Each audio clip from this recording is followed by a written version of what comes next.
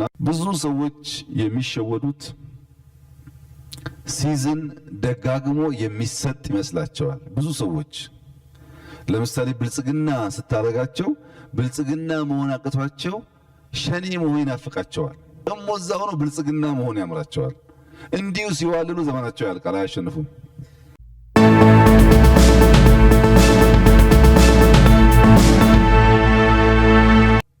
ይሄ ደግሞ ሲደመር የተቋም ግንባታ ኢንስቲትዩሽን የመገንባት አቅም መከላከያ ውጊያውን ስንዋጋ አሮጌው ሄድኳርተር ነው የነበረው። አስቀያሚ ቦታ ላይ ምርጥ ሀሳቦች አይወጡም። ምርጥ ሀሳብ ደግሞ ከሌለ ውጊያ አታሸንፍም። የተያያዘ ጉዳይ ነው። ኤርፎርስ በውጊያው ጊዜ አሁን ያያችሁት እንዳይመስላችሁ ኒስ አርቲፊሻል ኢንተለጀንስ ሁሉም አልነበሩም። ውጊያውን እየተዋጋን የተሰሩ ስራዎች ናቸው። በእርግጥ ውጊያ እየተዋጉ እንደዚህ አይነት ስራ ምን ያደርጋል ብሎ የሚያስቡ ሰዎች አሉ። እነሱ ሞኖሎግ ናቸው። ሲንጉለር ቲንኪንግ ያላቸው ናቸው። መልቲፕል ሌየርስ ማሰብ የማይችሉ ሰዎች ደግሞ ትራንስፎርሜሽን አያመጡም።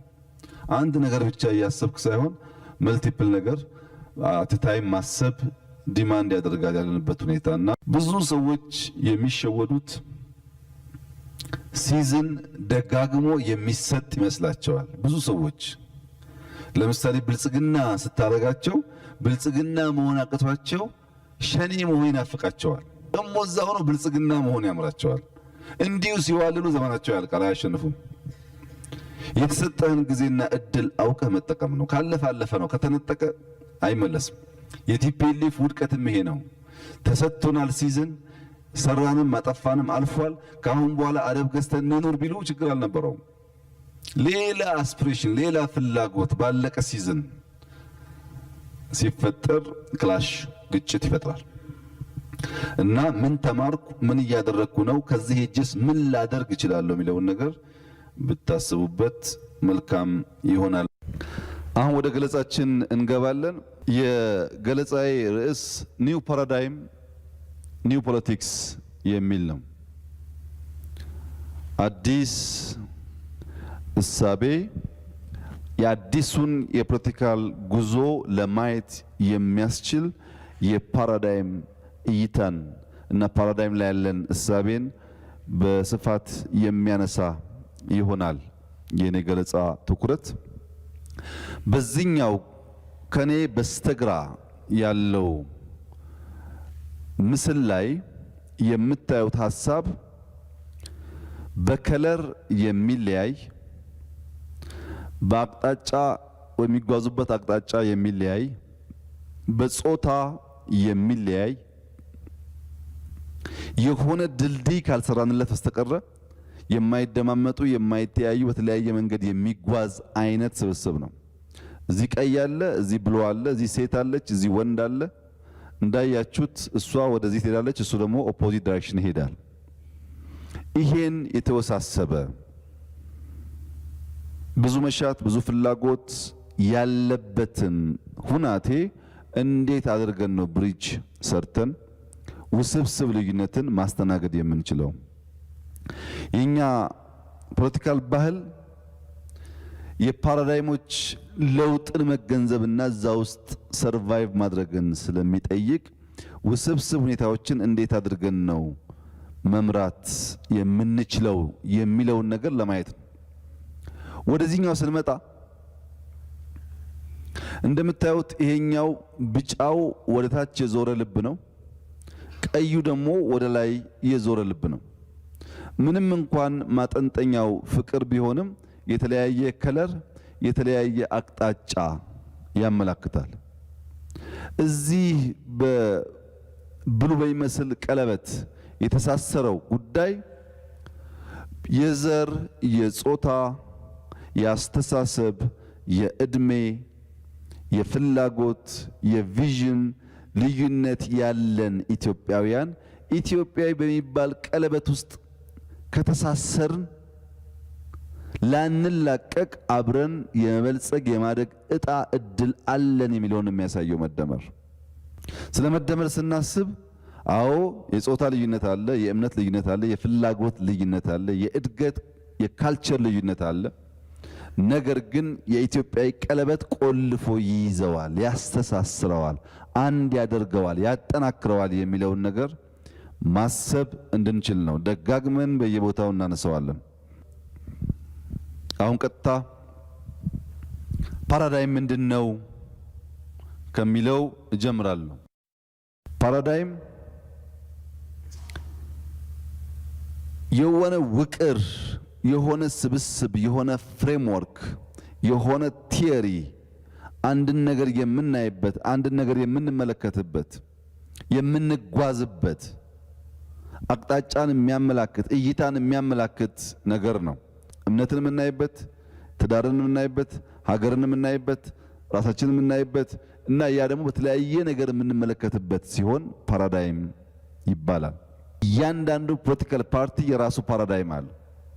ያ ፓራዳይም ጊዜን፣ ሁኔታን የሚሻገር መሆኑ የፓራዳይሙን እውነታ የሚያጋጥመውን ፈተና ባለፈበት ልክ ይወሰናል። ለምሳሌ ኮሮና ሲመጣ የነበረን ፓራዳይም አሻገረን ወይ? የገርድ ጭቅጭቅ ሲነሳ አሻገረን ወይ? ውጊያ ሲፈጠር አሻገረን ወይ? ኢሌክሽን ላይ አሻገረን ወይ? ዲፕሎማቲክ ጫናዎችን አሻገረን ወይ? አጠቃላይ የነበረውን ኢንፍሉዌንስ ያለፍንበት መንገድ የኛ እይታ የኛ ፓራዳይም ያን ለማሻገር አስችሎን ነበር ወይ ብለን እናይና አዎ ከሆነ መልሱ የኛ ፓራዳይም እውነታ ነበረው ማለት ነው። አሁን ያሉ ፖለቲካል እሳቤዎች፣ አሁን ያሉ ግሩፕ ቲንኪንጎች፣ አሁን ያሉ የግለሰቦች ወጣ ያሉ መሻቶች ሁሉ የራሳቸው የሆነ ፓራዳይም አላቸው። ፓራዳይማቸውም የተነሳበት ሪዝን አላቸው። ነገር ግን ትሩዝ ሲመጣ ይከስማሉ። ቲፒኤልኤፍ የተዋጋበት ምንም ፓራዳይም ሳይኖር አይደለም። እይታ አለው፣ ፓራዳይም አለው። ያ እይታው ግን እውነት ሲገለጥ ይሸነፋል፣ ይወድቃል።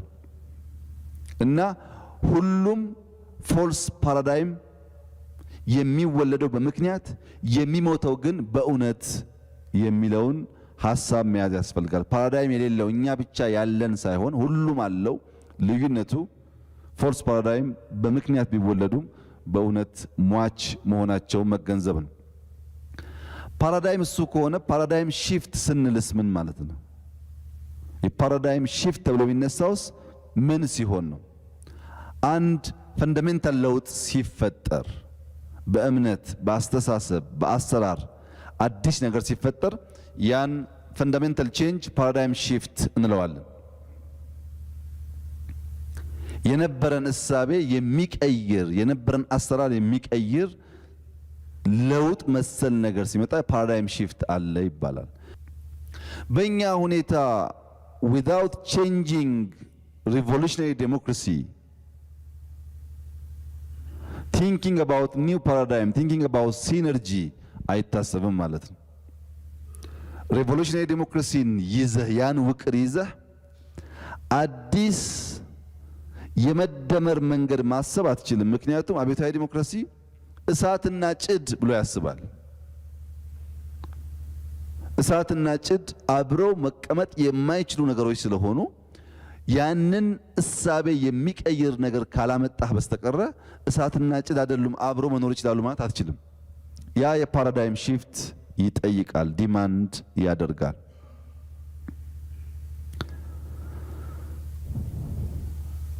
ይህ ፓራዳይም ሺፍት ፕሮሰስ አለው። ዝም ብሎ አንደኛው እሳቤ ካለምንም ችግር ወደ ሁለተኛው እሳቤ አይሄድም። ፕሮሰስ አለው። አብዮታዊ ዲሞክራሲን ከውስጥ የነበረውን ፎርሜሽን አፍርሶ አዲስ ከሱ የሚቃረን የሚለይ እሳቤ ኮንስትራክት ማድረግ በጣም አታካች አድካሚ ነገር ነው። በቀላሉ ቢሆን ነገር አይደለም።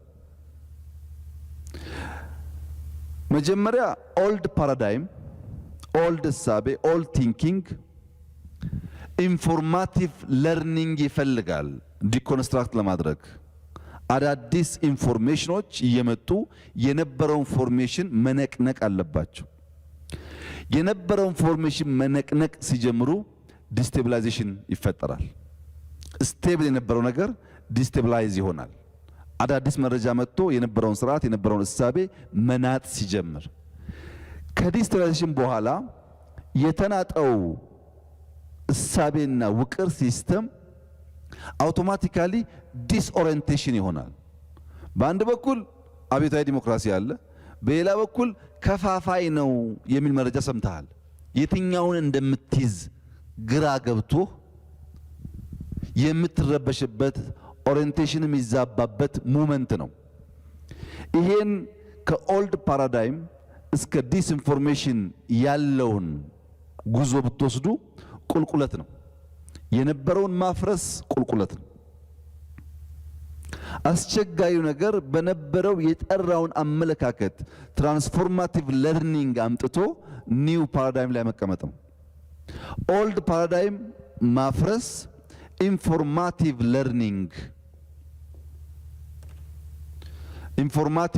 ለርኒንግ የሚጠይቅ ነው። ከዚህ ኦልድ ፓራዳይም ወደዚህ ወደ ዲስኢንፎርሜሽን መምጣት ቁልቁለት ነው። አስቸጋሪው ነገር ከዲስኢንፎርሜሽን በትራንስፎርማቲቭ ለርኒንግ ወደ ኒው ፓራዳይም መምጣት ነው።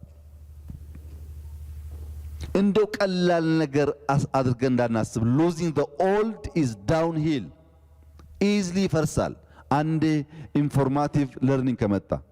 ነገር ግን ጌይኒንግ ዘ ኒው ኢዝ አፕሂል፣ አዲሱን ተክቶ በዛ ፎርሜሽን ውስጥ መግባት ግን በጣም አድካሚና አታካች ስራ ነው። ኒው ፓራዳይም አስቸጋሪ ነገር ነው። ዝም ብለህ አብዮታዊ ዲሞክራሲን እርግፍ አድርገህ ጥለህ አዲስ ፓራዳይም ማስገባት እንደምትችል አታስብ። ምክንያቱም እያንዳንዳችን አሁን እየተሰቃየን ያለ ነው።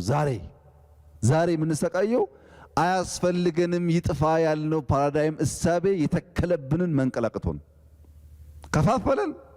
አሁን ሂሳባችን ወሬያችን በሙሉ የተከፋፈለ ነው። ለአፋችን አያስፈልግም አብዮታዊ ዲሞክራሲ እንላለን፣ ተግባራችን ግን እዛው ነው፣ አልተነቀለም።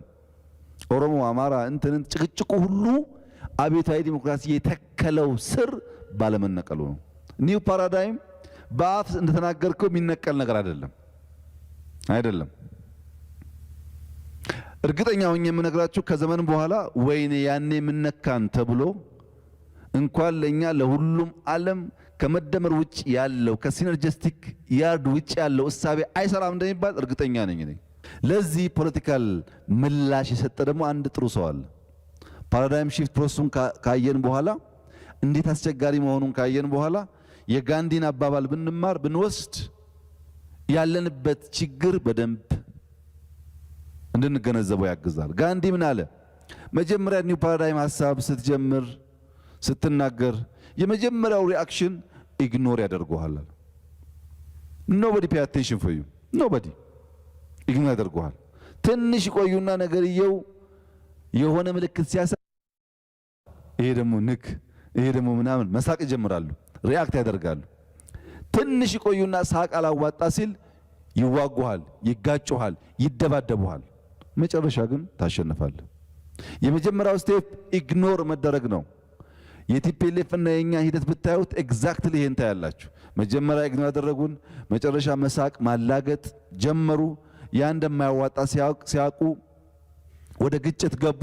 መጨረሻ ውጤቱ ደግሞ ሽንፈት ይሆናል። በሌላውም በእያንዳንዱ ስቴፕ ብትወስዱ አዳዲስ እሳቤዎች ላለመቀበል የመጀመሪያው ሪአክሽን ኢግኖር ማድረግ ነው፣ ማራከስ መናቅ ነው። ቀጥሎ ነው መሳቅ የሚጀምረው። መሳቅ በራሱ የሆነች ፍሬ እንዳለች ከማየት የሚመጣ ነው። በመሳቅ ቢቆም ጥሩ ነው፣ አይቆምም። ግን ፍሬው እያደገ ሲሄድ ቦክስ ይከተላል። ፓራዳይም ሺፍቶች ይሄንን ምልከታ ቢኖራቸውም እውነተኛ ፓራዳይሞች ከሆኑ ግን በሁኔታ አይሞቱም። ዋናው ጉዳይ ፓራዳይም ሺፍት ውስጥ ማንኛውም ፓራዳይም በምክንያት ይፈጠራል። እውነት ሲገለጥና በእውነት ፊት መቆም ሲያቅተው ይሞታል። እውነተኛ ፓራዳይም ከሆነ ግን ያንን ፈተና ያልፋል። ያንን ፈተና የሚያልፍ እሳቤ መያዛችንን ማረጋገጥ ያስፈልጋል። ምን አየን? ፓራዳይም አየን። ምን አየን? የፓራዳይም ሺፍት አየን። በፓራዳይምና ፓራዳይም ሺፍት መካከል ያለውን ፕሮሰስ አየን። አሁን ወደኛ ትንሽ እናምጣው። ፓራዳይምና ናሬቲቭ ምንና ምንድን ናቸው? ፓራዳይምና ናሬቲቭ ምን ያቀራርባቸዋል የሚለውን ጉዳይ ፖለቲክስ ኮንዳክት የሚደረገው ፖለቲክስ አዝ አ ቢዝነስ ኤክሰርሳይዝ የሚደረገው በፓራዳይም ነው። ያ ፓራዳይም የሚገለጠው በናሬቲቭ ነው።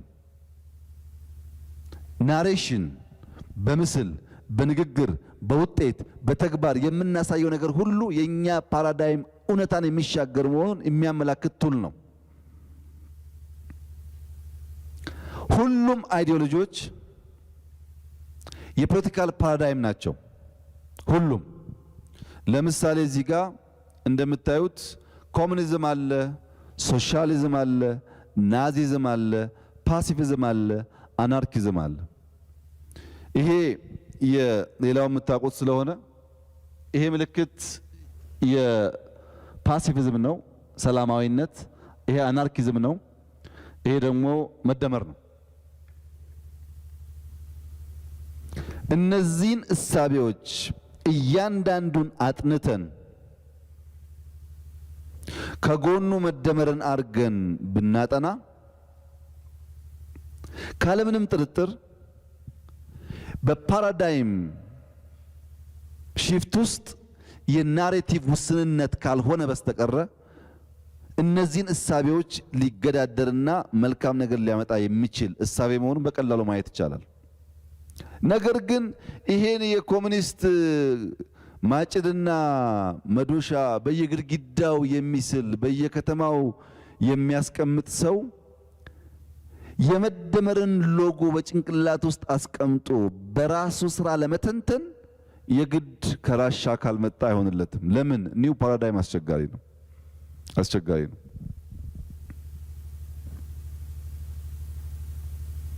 ርዕዮተ ዓለሞች መንገድም መዳረሻም ናቸው። ርዕዮተ ዓለሞች አቅጣጫ ናቸው። ኦርጋናይዝድ የሆነ ነገር ካለ ወደ ዴስቲኔሽን የሚወስዱ ናቸው። መደመር አገር በቀል መሆኑ ሳይሆን ከዓለም ሁሉ ትምህርት የወሰደ ነው። እነዚህን እሳቤዎች እነዚህን ምልከታዎች የተዋረ ለምሳሌ ኮሙኒዝም፣ ናዚዝም፣ ሶሻሊዝም አካባቢ ስትሄዱ ሁሉም ቀይ ነጭ አይነት ከለር አላቸው። ፓሲፊዝም፣ አናርኪዝም ደግሞ ጥቁርና ነጭ አላቸው። ከከለር ዲፍረንስ ይጀምራል። ራሱን ዲሞንስትሬት የሚያደርግበት መንገድ በራሱ ከነዚህ ከነበሩ ናሬቲቭስ በተለየ መንገድ ራሱን ፕሬዘንት ያደርጋል። ለምንድነው መደመር አገር በቀል የዓለም ሁኔታ ያገናዘበ አዲስ የፖለቲካል ፓራዳይም ነው የምንለው? ምክንያቱም ሁሉም የኢትዮጵያ ፓርቲዎች የትዝታ ፓርቲዎች ናቸው። ደርግ ይፈጠርና ንጉሱ እንዳለ ይሞታል። ኢህአዴግ ይፈጠርና ደርግ እንዳለ ይሞታል። አሁንም ያለው እንደዛ ነው። ወደ ኋላ የሚሄድ የትዝታ የፓስት ፓርቲዎች ናቸው። ብዙዎቹ ብራይት ፊውቸር ኮሙናል ፊውቸር መፍጠር የሚያስችል አቅም የላቸውም። ትናንትናችንን ጠግነን የተሻለ ነገ መፍጠር እንችላለን የሚል አቅም የላቸውም። ፎር ዛት ማተር በእያንዳንዱ ጉዳይ ላይ የተተነተነ ሰነድም የላቸውም። ሰነድ እንኳን ያላቸው ካሉ ተሞክሮ ውጤት የታየባቸው እምብዛም የሉ። ሁሉ ነገር ትናንትና ላይ ነው። ትናንትናችን ችግር አለው ማለት ነጋችንን ይወስናል ማለት አይደለም። ትናንት የተበላሸ ነገር አለ ማለት ነገ ይበላሻል ማለት አይደለም። ዛሬ ይጠገን ሊስተካከል ይችላል የሚል እምነት መፍጠር ይጠይቃል። እዚህ ጋር የናሬቲቭን ፓወር የኛን እሳቤ በተለያየ መንገድ በምልክት በንግግር በተግባር በውጤት የማሳየትን ፓወር እንድንመለከት ነው። ፖለቲካል ፓራዳይም ውስጥ ሁለት ነገር ብቻ እንውሰድ። ሩል ባይ ፊው፣ ሩል ባይ መኒ። የብዙዎች አስተዳደርና የጥቂቶች አስተዳደርን ላይና ታች አድርገን ቨርቹና ሰልፊሽነስን ቀኝና ግራ አድርገን እንመልከት። ቨርቹ የበዛ ሆኖ ሩል ባይ ፊው ወደሚለው ወደ ላይ ያደገ ከሆነ እዚህ ጋር ቨርቹ ሚለውና ላይ ሩል ባይ ፊው ሚለው ወስዳችሁ ይሄ ወደ ላይ ያደገ ወደዚህ ከመጣ ሞናርኪ ይፈጠራል። ባላንስ ከሆኑ አሪስቶክራሲ ይፈጠራል። ዝቅ ካለ ቨርቹ አንሶ ሩል ባይ መኒ ከመጣ ዴሞክራሲ ይሆናል። በዚህ ሳይድ ቨርቹ እየበዛ ወደ ሩል ባይ ፊው የሚጠጋ ከሆነ ሞናርኪ ይሆናል፣ ንጉሳዊ አስተዳደር ይሆናል። ቨርቹ በስቶ ሩል ባይ መኒ ወደሚለው ዝቅ ካለ ዴሞክራሲ ይሆናል። ኦፖዚት እንመልከት። በዚህ በኩል ላይ ንጉስ፣ ቀጥሎ አሪስቶክራሲ ወይም የህዳጣን የማይኖሪቲ አገዛዝ ይሆናል። ሶስተኛው ዴሞክራሲ ይሆናል። በሳይድ ያለው ኦፖዚት ደግሞ ሩል ባይ ፊው ሆኖ ሰልፊሽነስ ካለ ቨርቹ ቀርቶ ሰልፊሽነስ ካለ ቲራኒስ ይፈጠራሉ። ፍጹማዊ አምባገነን